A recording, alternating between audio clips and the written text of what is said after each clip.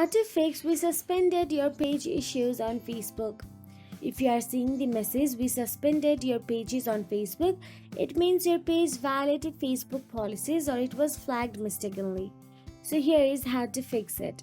First of all, open the Facebook app on your mobile device and make sure that you are logged into your Facebook account. Now once inside the Facebook app, tap on the three dashboard menu icon at the bottom right corner of your screen and navigate to the Facebook menu.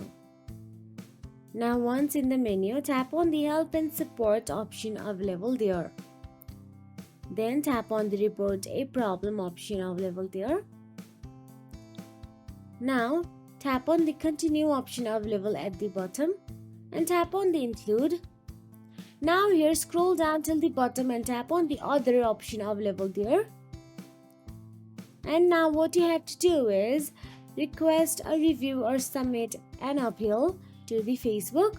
Simply write down, "Hi Facebook team, I believe our page was suspended in error. We always follow the community standards and have never posted content that goes against your policies, and please review our case."